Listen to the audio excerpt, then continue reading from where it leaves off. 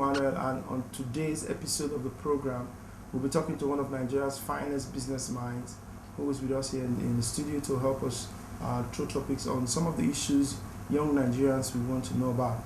Today we have Poju Oyemade in the studio with us, and Poju Oyemade is the visionary of Platform Nigeria and also the senior pastor of Convener Christian Center based in the city of Lagos, Southwest Nigeria. Sir, you're welcome to the program. Thank you for inviting me. Very good to have you, sir. Thank you very much. Thank you, sir. Most of our viewers might not have met you, our viewers across Africa and in the Middle East. Can we meet you, sir? All right, my name is Poju Oyemade. I pastor a church in Lagos, Nigeria called Convener Christian Center. I'm the senior pastor of the church. And in relation to the introduction you gave to me about the platform, Yes. about 6 years ago, we conceived an idea called the platform, and this was supposed to help people along the lines of their careers and businesses as an intellectual fair that we were holding back then. Okay. Yeah. Okay. The platform, like you said, is based about growing entrepreneurship. And what was the driving force behind starting the platform? Because for those viewers who don't know, you are into full-time ministry. Yeah. But you also conceived this idea. What happened was that it was going to be May Day, and what had happened was that during May Day, which is a Labor Day, yes, in the past, under military regime, you have workers, they'll carry placards, they'll go out, they'll go street protest and all of that. But when democracy came in, when John Obasanjo became president of the country, all that stopped because it was now a democratic rule. And so Nigeria was opening up to the global economy, was going into free markets. And so I felt that people were now getting into something that was totally different from what we were operating under the military rule. And so we needed, the workforce in Nigeria needed a paradigm shift to understand the opportunities that were emerging, to understand, how to build corporations and all of that, or if you're within the corporation, how to rise up in the ladder and build your career within the corporation. So we decided to hold that just to emphasize that paradigm shift and to also give people some skills, but at the same time drive them in the direction of that. So that's how platform came about. Okay, that's a very nice one. We know that you organize a lot of business seminars. Yeah. And one of which is the Convener Capital, which is using technology to drive small and medium-scale businesses. Talk to us about how that relates to the platform. Well, the Covenant Capital was a microfinance scheme that was started inside the church for business people inside the church. So what the church does is that out of our pool of money, we make available to business startups in the church, capital, initial capital or seed capital to try to boost them into it. Now, in doing that, you didn't have to have any collateral. You just had to have two guarantors inside the church who just had to say that they knew you, and they could vouch for your character. They didn't even have to put down any form of money to guarantee the loan that was being given, but they knew that their names were at stake. In that way, we used that to check the character of people, that if you can find two people. Now, when they started doing that, they found out that some people, it wasn't just the money they needed, it was actually skill. So the Covenant Capital now went into some form of training that they could now, some people needed just training, some people needed advice, some people just needed to be opened up to broader networks, for distributions of their goods and all of the services. And so all those things started coming up, and that's how they felt introducing and teaching them about how technology drives small-scale businesses now came into play. Wow, that's a nice one. The last platform, yeah, I was able to follow on social media, platform 10.2. It was looking at the new rules of labor. Yeah. In our society today, young people they really don't believe in that. There's dignity in labor. Our parents used to tell us all that before, but now people tend to look at it like, what's this new rule of labor that we talked about at the last platform? Well, the new rule of labor will try to look at the present global economy and the kinds of skills that are required in the present global economy, and at the same time to also, where they looked at how technology is now driving. So, which are the skills you really needed to acquire to be able to, I mean, if back then, people used to transport their goods through trains and all of that, and if you wanted to post a letter, you had to go to the post office and all of that. But as technology started coming in, certain things started getting obsolete, new things started coming out.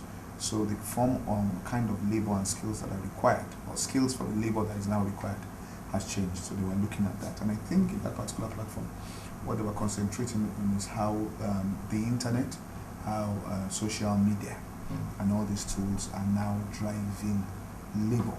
And so understanding that new world, how to market your goods and services, how to present yourself, how to make use of all these new tools that are around to try to make things work for you. A lot of businesses, especially in Africa, have not seen the importance of social media in driving their businesses. What has been your observation about this trend? Well, yeah, I understand what they're saying, that social media will only work in places where people are literate and are educated. In some cases, some people even feel that you have to be highly educated to be able to engage social media. So if you look at the Western world, they feel that the literacy level is high, the infrastructure is there for the internet, for broadband and all of that. So I understand what they're saying if they don't think that in Africa you can just jump into it. But you also have to acknowledge that there's a substantial market, right, where I'm sure runs into trillions that you can reach, making use of social media tools if you really understand what they are and how to make those things work. With what you've said, sir, what do these businesses in Africa need to do to be able to capture this substantial market you've talked about? Well, what they need to do is to understand, which of the social media tools that they want to use, how they want to use it, which will be brand development, how am I going to manage my brand, because the social media can be a very dangerous place. If you make one mistake on social media, it can wreck your brand. So depending on the kind of mistake you make, if you send out a wrong tweet, it can change the dynamics of everything that you're doing. So you really have to understand it. You have to understand the controls that are there. You have to set up things right. People sometimes think that social media, because of the ease and the conversational nature of it, you might actually think that by sending out a tweet you're just talking to a friend, but you're actually talking to the world. Exactly. And you are revealing your thoughts in a way that depending on who you're talking to. I just saw somebody who sent a tweet now and sent it to me, and it was supposed to be to somebody else, and it was the person was totally embarrassed by what they said, because it wasn't supposed to be sent to me because I didn't say anything like that. And so people have got to understand that, but it's a very, very powerful tool, and because it is cheap, if you know how to use it well, you don't have to spend too much money to put your word out there. I hope you've been enjoying everything you've heard from Poju Oyemade. Don't go anywhere. We'll be right back when we come back on the other side of the program. Mr. Poju will be telling us more about what you need to know about the platform. We'll be right back. Welcome back to Let's Talk Business. And if you want to reach us, you're following us on this program, you have questions, you have contributions, you want to be on the program, you want to reach our guests, you can definitely reach us. You see our addresses on the screen. Reach us, we'll definitely reach you back. We would like for you to be part of the program. Anyhow you want to be part of the program, reach us and we'll definitely reach you back. We still have Pastor Poju Oyemade on set with us today, and he has been looking at issues as relates to the platform and how it affects small businesses. But we're going to take it to another level, sir. Governments especially of third world countries, do not seem to be able to grapple with the issue of unemployment amongst young people. I want to know your thoughts about how you think government, especially in Africa and developing nations, can grapple with unemployment. That is the greatest threat, what you just said, of youth. Unemployment of youth is the greatest threat to the world. And it is a very serious issue that has to be resolved. In fact, today I was just thinking about it based on certain statistics that I saw on Twitter. That is a very serious issue. And I think this is my thought. I think that the people personally in governance are not, I think that they themselves, not just that they are overwhelmed, I think to a large extent, apart from the fact that there is deep-seated corruption, I think that to a very large extent that they are overwhelmed by it. They really don't know, what they can do to grapple with this. But basically, employment in any society is driven by the private sector, which means entrepreneurship is what breeds employment, because there's a limit to which, if government wants to direct employment, they can employ. There's a limit, after which it becomes detrimental. So it's only the private sector. So it's important that the government understand that what will bring about accelerated growth in the private sector and bring boost to the private sector. And the key is the government simply needs to understand that, one, you have to look at the rules that you have. They rules that encourage people to go into business and will facilitate growth of business. And of course, you must make sure that the infrastructure that is on ground. In Nigeria, for example, in Western world, I think what they should just focus on is, one, to make sure there's constant power. If there's constant power, I'm sure they will have, if there's constant power in this country, the amount of people that will start businesses in Nigeria within 12 calendar months will double. The amount of employment, right, will almost quadruple once there's constant power. Because there's a lot of money that is being drained away by people trying to drive the power. So you find out that people who can be entrepreneurs within the Nigerian system now will probably have been titans in other countries in terms of the amount of energy it takes to even start a business is what it takes to actually become a medium or large scale business in other environments. Yes. So they will have to look at the area of infrastructure, and they have to do it very quickly. Very quickly. Okay. Having created that enabling environment, that's government's role. What's the role of individuals, corporations, institutions, educational institutions, especially, to be able to what are their roles they need to play to facilitate this employment drive in our society? Under the climate we have, people are trying in this country. I mean, they really are trying to, to build business, to do all of that. For educational institutions, I guess we have to look at the curriculum we have in the educational system to make sure that we're not just following something that was handed over to us, by British 70 years ago. That's what we are doing, and the children, the way we are training the children.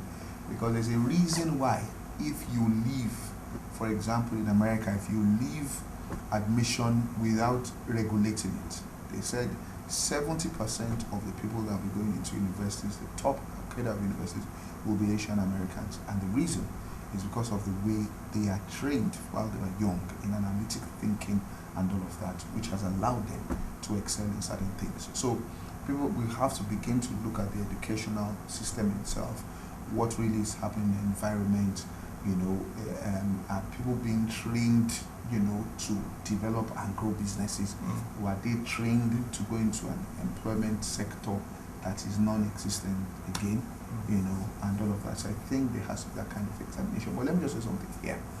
The hearts of Nigerians, and particularly in the third world, are discouraged because of corruption.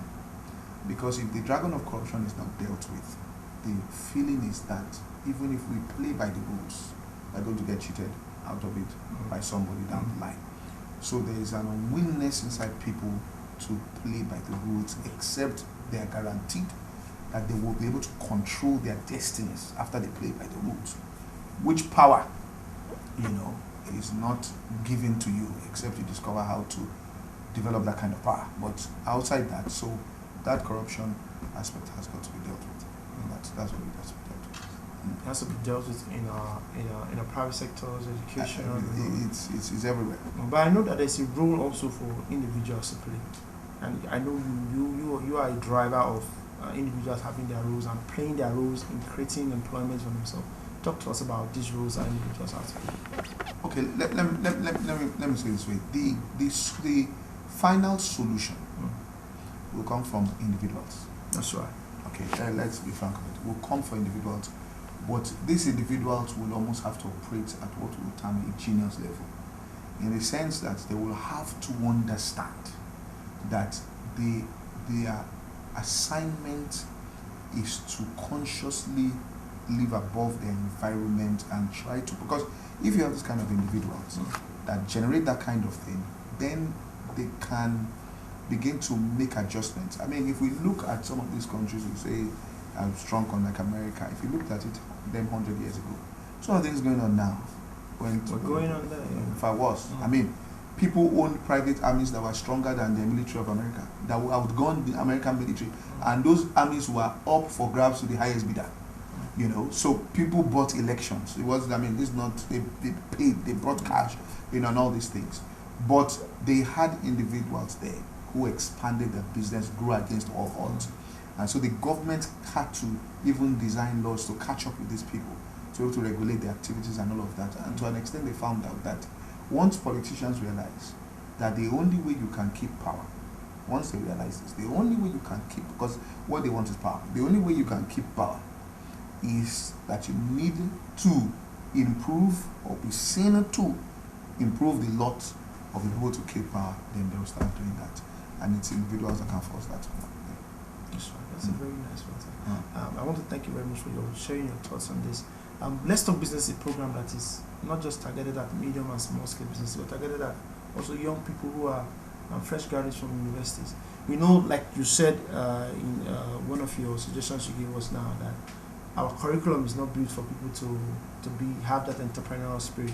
What is your take on a young graduate who's got out of school now and is waiting for a job? Because we have a long list of people who are graduates from Nigerian universities who are waiting for, there's a term they call unemployed, and waiting for a job to fall in there, waiting for a blue chip job to come. What's your advice to them? Because we really know from the trend going on now, downsizing in companies and all that, there are really no jobs that are coming. What's that one thing you want to say to this category of people?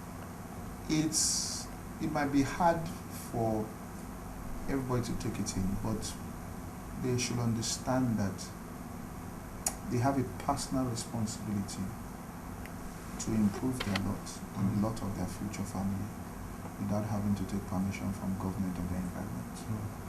So instead of waiting on somebody to hand over any job to them, they should decide by themselves. And the truth about the matter, let me say this, is that there is more than enough work in this environment if you want to get your hands dirty. In fact, you know, if people who are educated as graduates can begin to do what is called instead of looking at this blue collar, I'll just call it menial jobs, and bring their education into all of those things, they will drive the economy. Let me give you an example. I watched the history of Nigeria. Nigeria as a country was built on farming. The most profitable business at the inception of Nigeria was farming. The reason why the British bought the geographical space called Nigeria was because of the land. When they asked Shehu Shagari, right, in an interview back in 1983, what do you think Nigeria's mistake was? He said the mistake we made was that we should have taken the oil money and invested in farming, because farming is the key to the future of Nigeria, and nobody today will stop an educated person from farming. Nobody. There's opportunity for people to farm in various ways, and that's where the wealth of Nigeria really lies. So if people can go back there and begin to do things like that, they'll find out that we begin, instead of having to wait, because even though it sounds popular, you know, to sit down and complain and to tweet about these things is very popular, to do, but it's not going to help your future. So the sooner you get yourself, you know, into working and trying to get your future going, the better it will be. For example, I started my ministry with 1,300 naira I borrowed from a friend. That's what I said. And I did not earn anything from the ministry for 6 months. You understand? So people today, you can say, well, this platform, but it came from. I mean, if somebody was, I said, let us start.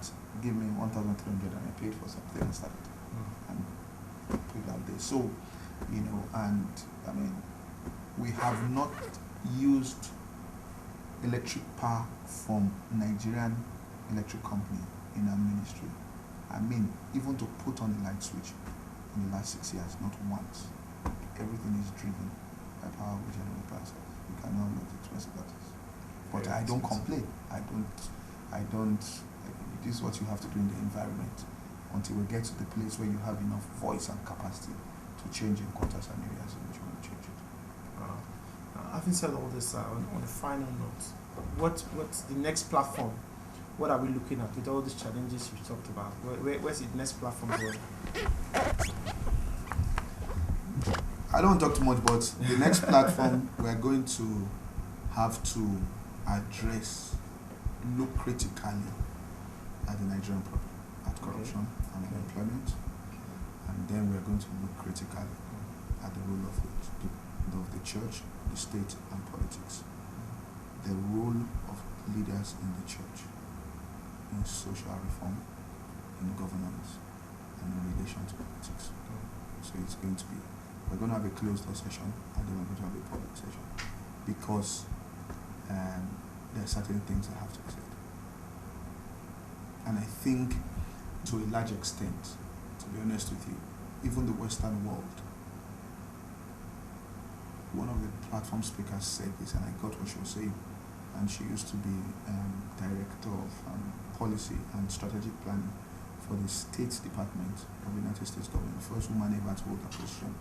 And she said that they know that government institutions in this part of the world might not be able to do certain things. So they are looking at non-governmental, that they don't look at them as non-governmental institutions again, they actually look at them as governmental institutions. Okay. And that it is through those institutions that certain things, because I was quite surprised that she accepted to come on the platform of a church to speak, because she's supposed to be in working State Department.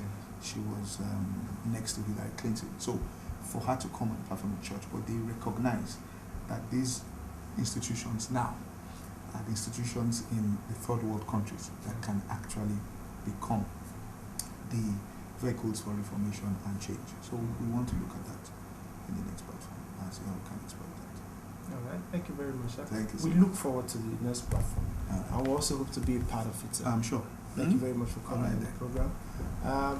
We've been talking with Poju Oyemade. Poju Oyemade is the visionary of Platform Nigeria and also the senior pastor of Convener Christian Center. I hope you've enjoyed everything we've talked about. My name is Segun Manuel, and we have been talking business.